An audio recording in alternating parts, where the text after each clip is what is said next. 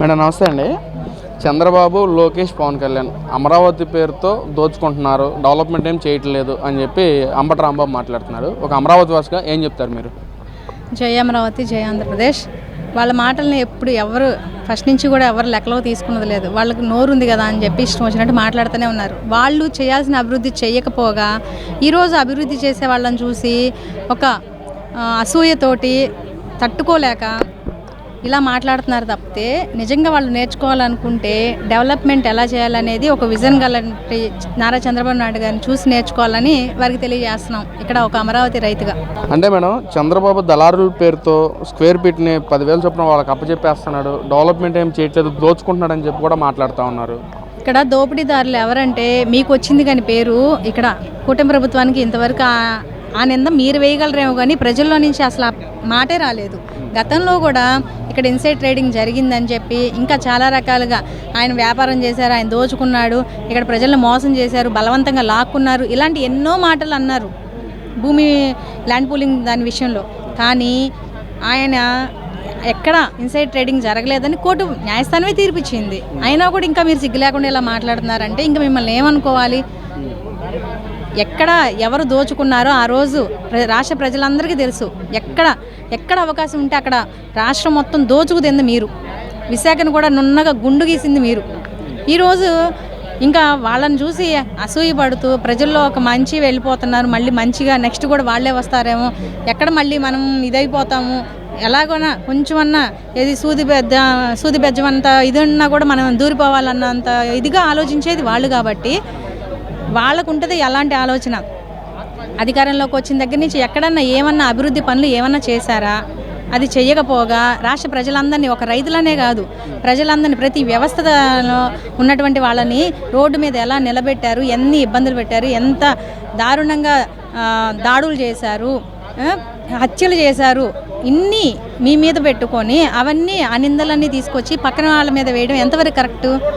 ఇప్పటికీ నిజాలు తెలుసుకోకపోతే ఎట్లాగా? ఇప్పటికీ అబద్ధాలు మాట్లాడితే ఎలాగా? ఇప్పటికీ వాస్తవాల్ని కప్పిపుచ్చి అవాస్తవాల్ని ప్రజల్లోకి ఇంకా తీసుకెళ్లాలంటే ప్రజలంతా పిచ్చోళ్ళు కాదు. చూశారు, 5 ఏళ్ళు మిమ్మల్ని చూశారు, రాక్షస పరిపాలన చూశారు. కాబట్టి 11 సీట్లు ఇచ్చి 11 సీట్లకే పరిమితం చేసి ప్రతిపక్ష హోదా కూడా లేకుండా మిమ్మల్ని ఇంట్లో కూర్చోబెట్టారు. అయినా కూడా మీకు సిగ్గు లేకుండా ఇంకా పేటీఎం బ్యాచ్ని పెట్టుకొని ఇంకా సోషల్ మీడియా వేదికను చేసుకొని ఏవేవో మాట్లాడితే అవన్నీ నిజాలను నమ్మేయడానికి ఇక్కడ పిచ్చివాళ్ళు ఎవ్వరు లేరు. వాస్తవాలను చూస్తున్నారు. ఈరోజు వాళ్ళు కూడా ఖాళీ ఉన్నప్పుడల్లా వచ్చి ఇక్కడ అమరావతిలో ఏం జరుగుతుంది ఏంటి గతంలో చూడలేకపోయారు, మేమే చూడలేకపోయాం ఇక్కడ దగ్గరలో ఉండి. ఎందుకంటే మాకు అవసరం లేదు.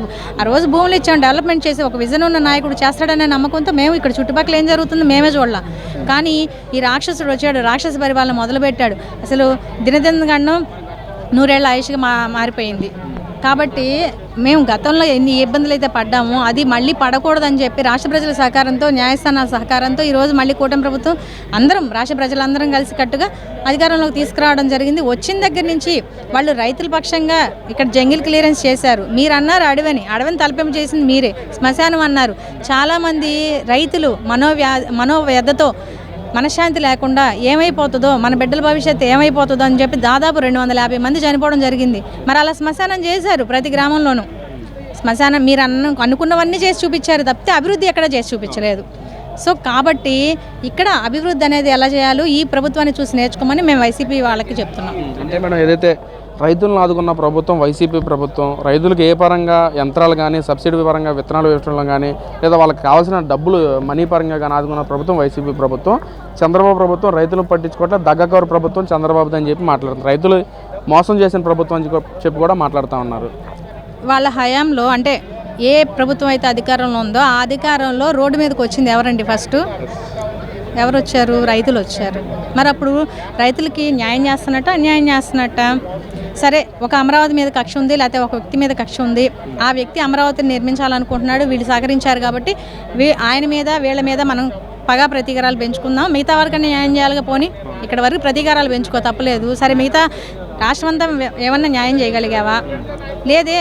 ఆ టైంలో అసలు ఎంతమంది రైతులు అంటే ఎక్కువ అప్పుల పాలయ్యి ఇటు పెట్టుబడులకు కూడా కనీసం వాళ్ళకి రాక, వాళ్ళకి గిట్టుబాటు కాక ఎంతమంది ప్రాణాలు తీసుకున్నారండి? చిట్టా తీస్తే తెలుస్తుంది ఏ గవర్నమెంట్లో ఎంతమంది రైతులు ఇదయ్యారనేది. ఈరోజు మీకు యువజన శ్రామిక రైతు కాంగ్రెస్ పార్టీ అని పేరు పెట్టుకున్నారు, కానీ యువజనుల్ని, శ్రామికుల్ని, రైతుల్ని అందరినీ నడి రోడ్డు నిలబెట్టారు. ఎవరికి న్యాయం చేశారు మీరు? ఎవరికైనా న్యాయం చేస్తే పోనీ ఈ వ్యవస్థ బాగుంది, వీళ్ళకి న్యాయం చేశారు అని అనుకోవడానికి లేదే. అందరినీ నడి రోడ్డుని నించోబెట్టే కదా ఇప్పుడు రాష్ట్ర ప్రజలందరూ మీకు వ్యతిరేకమై 11 సీట్లకు పరిమితం చేసింది. ఇంకా ఇప్పటికీ తెలుసుకోకుండా ఇంకా ఏదేదో నిందలు మోపాలంటే ఆయన తీసుకెళ్ళి కూడా ఇప్పుడు వ్యక్తిగత కక్షపరంగా ఆయన ఏం చేయకపోయినా కూడా చేశాడు అని చెప్పేసి తీసుకెళ్ళి 53 రోజులు జైల్లో పెట్టారు. ఏం ఉపయోగం? ఆయన మచ్చలేని చంద్రుడిగా మళ్ళీ బయటకు వచ్చాడు. స్వచ్ఛందంగా ఒక ముత్యంలాగా బయటకు రావడం జరిగింది. అదే మీ మీద ఇన్ని ఉన్నాయి కేసులు. అసలు మీకు నిజంగా చెప్పాలంటే ఒక ముఖ్యమంత్రి హోదాకు మీరు అసలు పనికిరారు. ఒక ఆర్థిక నేరగాడు, ప్రపంచ స్థాయిలో మొట్టమొదట్లో ఆర్థిక నేరగాడు ఎవరంటే మీ పేరే వినిపిస్తుంది. మరి ఇంత ఉన్నా, ఇంత దోచుకు తింటున్నా కూడా మీకు అసలు ఈ రాజ్యాధికారం ఎలా ఇస్తున్నారు, ఆ రాజ్యాంగంలో ఎలా రాశారో మాకైతే అర్థం కావడం లేదు. మేడం మరి ఏం చెప్తారు? ఈ రోజున ఫైనాన్స్ మినిస్టర్ నిర్మలా సీతారామన్ గారిని తీసుకొచ్చి ఇక్కడ అమరావతిలో 15 రంగాల బ్యాంకులో శంకుస్థాపన చేయడం ఒక అమరావతి వ్యవస్థ ఎలా ఫీల్ అవుతున్నారు మీరు? చాలా సంతోషంగా ఉందండి. ఒక అమరావతి మహిళా రైతులుగా ఇక్కడ రైతులు అందరం కూడా చాలా హ్యాపీగా ఉన్నాం. ఎందుకంటే అభివృద్ధి అనేది జరుగుతుంది. అలాగే ఇక్కడికి క్వాంటమ్ వ్యాలీ బాబు గారు తీసుకురావడం, ఇంకా ఇక్కడ కొంత ఎంప్లాయ్మెంట్ పెరిగే విధంగా కూడా ఇప్పుడు బ్యాంకులకు కూడా శంకుస్థాపన చేయడం అనేది చాలా ఆనందంగా ఉంది. దానికి ముఖ్యంగా సెంట్రల్ గవర్నమెంట్ ఫైనాన్స్ మినిస్టర్ అయినటువంటి నిర్మలా సీతారామన్ గారు రావడం, వారు కూడా గతంలో ఈ అమరావతి నిర్మాణానికి కొంత నిధులు కేటాయించడం కూడా, కొన్ని కోట్ల రూపాయలు నిధులు కేటాయించడం కూడా మాకు చాలా సంతోషంగా ఉంది. అందుకే రైతులందరి తరఫున వారికి ధన్యవాదాలు తెలియజేసుకుంటున్నాం. అలాగే ఈరోజు వారికి స్వాగత కార్యక్రమ ఏర్పాట్లు కూడా చేయడం జరిగింది.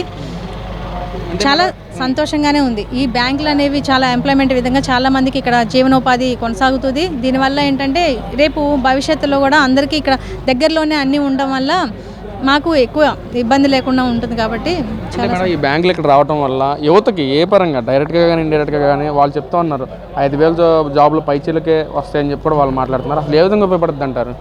ఇక్కడ ఆల్రెడీ ఇప్పుడు సిఆర్డీఏలో కూడా కొంత ఈ విషయాల మీదే కొంత, అంటే ఇక్కడ అమరావతి నిర్మాణ పనుల్లో కానీ భాగంగా వాళ్ళకు కొంత వాళ్ళను కూడా తీసుకొని ఇక్కడ అంటే ఫస్ట్ ప్రిఫరెన్స్ ఇక్కడ రైతులకు ఇవ్వాలి, తర్వాత బయట వాళ్ళని తీసుకోవాలని చెప్పి వారు కూడా చేస్తున్నారు.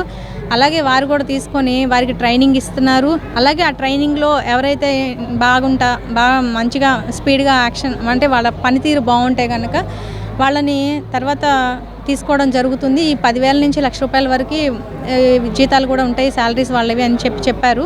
దీనికి సంబంధించిన ట్రైనింగ్స్లో కూడా ఎస్ఆర్ఎం యూనివర్సిటీలో కానివ్వండి, ఇక్కడ కొన్ని సంస్థలు వాళ్ళు ఇవ్వడం జరుగుతుంది. సో అట్లానే ఇక్కడ బ్యాంకులో కూడా ఒక బ్యాంక్ అంటే ఇప్పుడు కొంతమందికి ఇక్కడ చిన్న అంటే బ్యాంక్ మేనేజర్ దగ్గర నుంచి కింద అటెండర్ వరకు ఎన్నో ఉంటాయి కదండి పోస్టులు. ఆ పోస్టుల వల్ల ఎక్కడెక్కడి నుంచో వారంతా ఇక్కడికి వచ్చి పనిచేస్తారు. వారికి కూడా ఇక్కడ ఉండటానికి మరి వస్తువులు అవి అన్నీ కూడా ఇక్కడ రైతులమైన మాకు కూడా అలాగే మేము ఇల్లు కట్టుకుంటే వాళ్ళకి కొంత రెంట్కి ఇవ్వడానికి కానివ్వండి, ఇట్లా మేము తీసుకున్న ఫ్లాట్లో నేను కూడా కట్టుకొని వాళ్ళకి రెంట్లు ఇవ్వడానికి అలా ఆ వేలో చూస్తే అందరికీ ఇక్కడ బాగానే ఉంటుంది. ఉపాధి కానివ్వండి, ఇక్కడ రైతుకు కానివ్వండి, అందరికీ అన్ని విధాలా ఉపయోగకరంగానే ఉంటుందని చెప్పేసి మేము